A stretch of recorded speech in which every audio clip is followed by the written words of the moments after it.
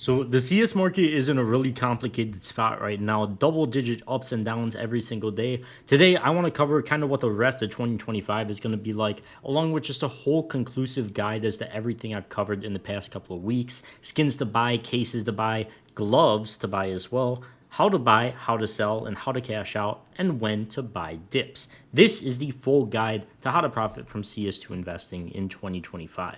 So first, let me start with skins to buy. Of course, we have a lot of different options right now, and we're just coming off of a hype spike. So this is a bit fundamentally different than just normally looking at skins and buying them.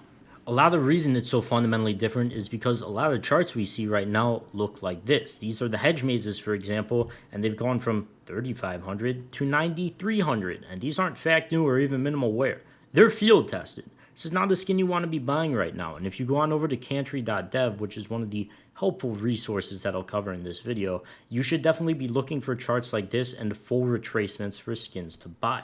I've covered in other videos a skin that you should actually be looking at if you're looking for a long-term play skin that's essentially risk-free, and that is the blue phosphor if it wants to load, and essentially it's just had this massive pullback. It dropped back down to 574, and below 500 I was saying to buy. Right around this range you could just essentially risk-free buy and wait for another hype spike to come.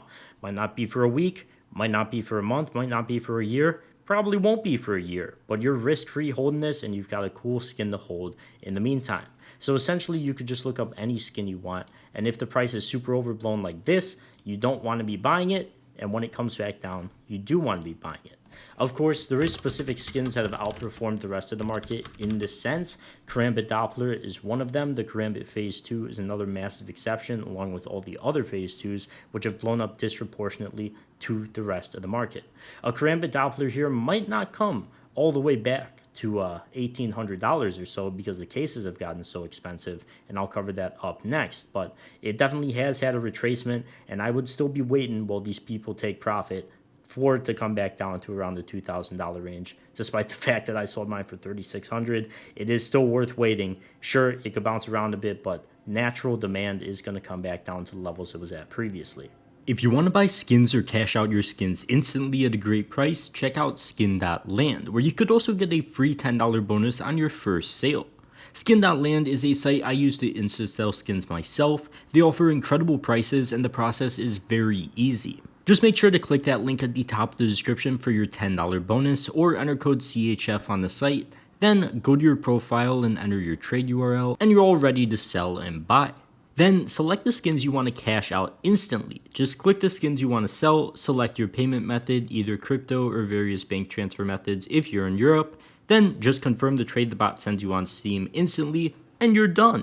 The entire process only takes around 5 minutes max, and receiving the money typically doesn't take more than 20 minutes for crypto. For bank transfers, it might take a few business days though. You can also buy skins for 30% cheaper than the Steam market value on Skin.land as well. They have a ton of deposit methods, so whether you're looking to buy or sell, check them out with that link at the top of the description and get your $10 bonus today. And then, of course, there's kind of the skins that weren't affected by the hype at all. For example, the Karambit Boreal Forest, a lot of these old skins, the Rust Coats, Damascus Steels, just the random miscellaneous knives that you see out there. And their charts kind of look like this.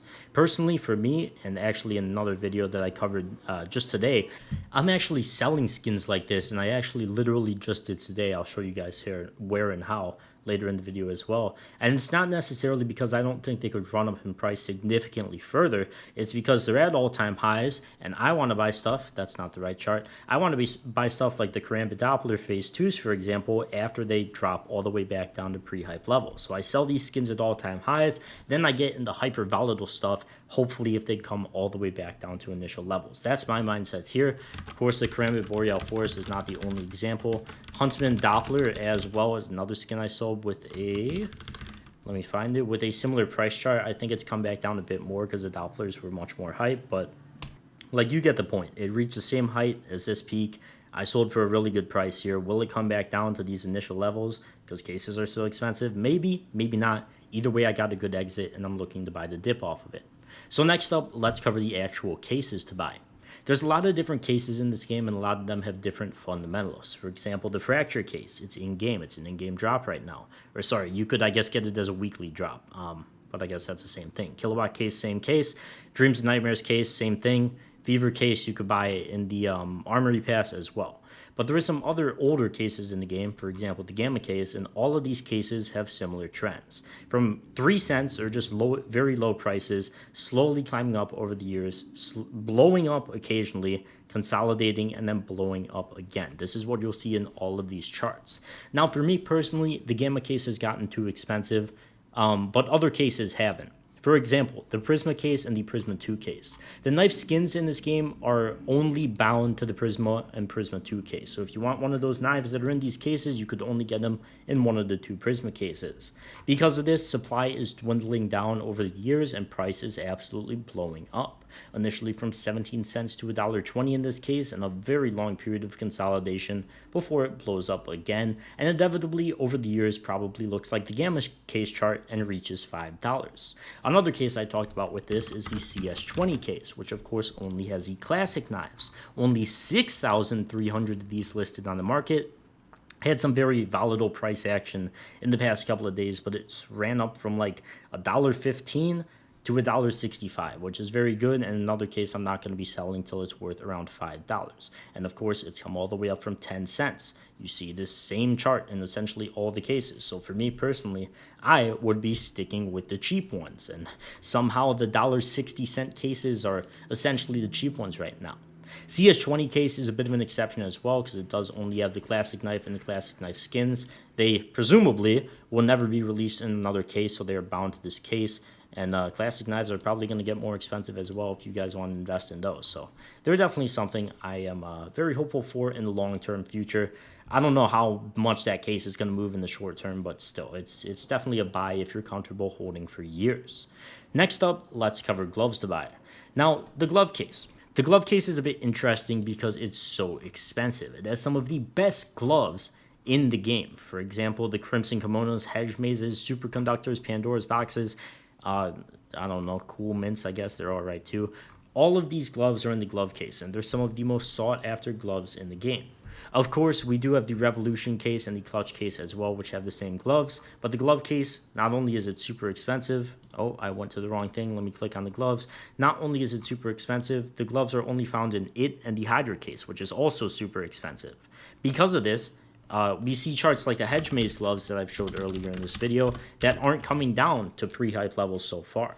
Maybe they won't come all the way back down because the case is like $15 each to unbox. So these prices somehow do make sense because, I mean, 15 times like 400 is your chance of getting gloves. And that's like, you'd have to spend $6,000 on cases to get gloves and you aren't even guaranteed Hedge Mazes or even good looking ones. So the price somehow does make sense. Is that demand going to stay up? I don't know. So for me personally, I think these are kind of too expensive and best case scenario, run back up to all-time highs. But it's a $9,300 risk you take. With the phase 2s and stuff like that, they're already starting to drop in price massively. They're much closer to the pre-hype levels. And despite the fact that I would still wait to buy them, I wouldn't touch gloves at this price for the simple reason that they're too expensive. But it's so hard to say how high things can get in price. At this point, I kind of want to say it's like where people stop unboxing the glove case. And as of now, that seems like it's at $30 because that's the peak it reached. And it absolutely did not go past that point. Let me actually pull up the chart here as well to just show you guys. It's sticking around $15 right now. I imagine this is the level it's going to stay at post-hype, but it did get to 30 and then it fully retraced, probably going to consolidate for a long time and then go up again. Now, of course, the bad thing about gloves is Valve can release new gloves anytime they want. I'm shocked that they haven't yet. It's just very surprising that they haven't to pretty much everybody. It's been absolutely years at this point. I wouldn't risk it personally. I think the phase 2s are always going to have demand. I think the old knives like the Dopplers, after they consolidate in price after this massive hype spike, are going to have massive amounts of demand. I think there's way less risk in them. So personally, I'm staying away from gloves because they're simply too expensive and I don't want to risk the insane price. And I think they will crash in price eventually when we do get new gloves because it will happen. So now let me actually cover how to buy skins, how to sell skins, and what to do during a absolutely massive hype spike like this. And we could go back over to Price Empire for this. Now, There's a lot of sites out there. There's a lot of cash traders. There's a lot of places you can buy skins. One personal resource that I use is just Price Empire. So we could go find any skin here. Which one do I want to pick? We'll pick a Karambit Fate. And we could see that across the markets, there is hundreds of dollars in difference. You could potentially be spending like 300 more dollars going on to Skinport compared to CS Money Market, or 200, I guess, but you get the point. Now, of course, the market is extremely volatile right now, so you got to be a bit more careful, and is why I'm saying wait till the crash is over. But this is just a resource you should be using. Go on Price Empire, find the skin you want. It will tell you all the main markets and which one is the cheapest right now. CS Money Market is the cheapest right now. If you know a cash trader like Anomaly or Zippo that has one of these skins as well, you could DM them and tell them this is the cheapest price, and maybe they'll give you like 2% off of the cheapest price as well, just to save yourself a little bit of money. But those are essentially the two options you have to buy skins. I would always go to Price Empire and find the cheapest listed, as you could potentially save yourself a lot of money. Now next, let me cover how to actually sell skins, and this goes back to the sponsor Skin.land, who I talked about earlier in the video. Not only is Skin.land a sponsor of me, but I use their service immensely. I have $5,200 sold here, just to show you guys that they haven't credited my account or anything. I didn't end up selling those. Just to show you guys they didn't credit my account. These are all skins I've sold. Sold the Karambit Doppler for $3,600, sold an AK Red Laminate, sold all of those random knives I was talking about earlier in the video, just to show you guys I actually did it. Of course, I did keep it in my balance as well, so I could buy the dip in a few weeks. Now, there is a lot of ways you could use this site. Me personally, I'm keeping it in my balance and not putting it to crypto or bank transfer or anything like that, for the simple reason that I will eventually put it in crypto probably, and then use that to buy skins. I don't want to deal with the volatility in crypto. Or I could just go on the site and buy the skins myself here. Note that Karambit Doppler I sold for $3,600. I can now buy for, I don't want to stat track, one for like $2,700. It just shows how good the site is, and how you could take advantage of these quick movements in price, because essentially there's not many people buying up here. Despite the price moving by like $700, that can happen in like 2 sales, because nobody wants to sell and everybody wants to buy. There's not very many listed, and they're listed for an extremely high price. Because of Skin.land, they just take that price and they're like, oh, they're selling for this, and then they compare their quick sell price to that. So you don't have to wait, you don't have to risk timing the top at all. You could essentially just see the market reach this point, and you don't got to list the skin anywhere. You ain't got to list it on Skinport, you don't got to list it on CS Float and wait for a buyer. You could take the 5 to 10% fee that Skin.land takes and avoid not only somebody potentially not buying your skin, but avoid the skin dropping thousands of dollars in literally 3 days, because that did just happen. So this is a great resource for that. If I listed my Karambit Doppler on Skinport or something crazy, I could have lost an extra $1,000. I took like the 10% fee they take here for this. I don't even think it was a 10% fee at the time, and it was obviously a great decision. Now the knife is $700 less expensive. So very, very, very good resource to sell your skins, especially when we inevitably see another hype spike and there's not that many people selling and not that many people buying at high levels. This just takes all the risk away. And essentially that ties in with my last point as well of how to cash out and buy dips. Like I said, you just sell your skins on here. Me personally, I put in Skin.land balance and then just wait to see what I want to do with it. You could also do it for crypto as well. They have USDT, which essentially just mimics the US dollar. It stays at $1. You could be a risky Ronald and put it in Bitcoin or Ethereum or something like that. Either way, that is the best way to cash out and buy dips. It's very straightforward, very easy. Keep the cash in here and just be safe until the next dip comes. It's a very good idea, and hopefully you guys will see in a few months when I actually end up buying the dip and I think the crash is over, that this will be a profitable move as well, because I think it will. So that's going to wrap it up for this one. Thanks to Skin.land. Be sure to check them out. Get that $10 bonus as well on your first sale. Link at the top of the description. And I will see you guys in the next one. Peace.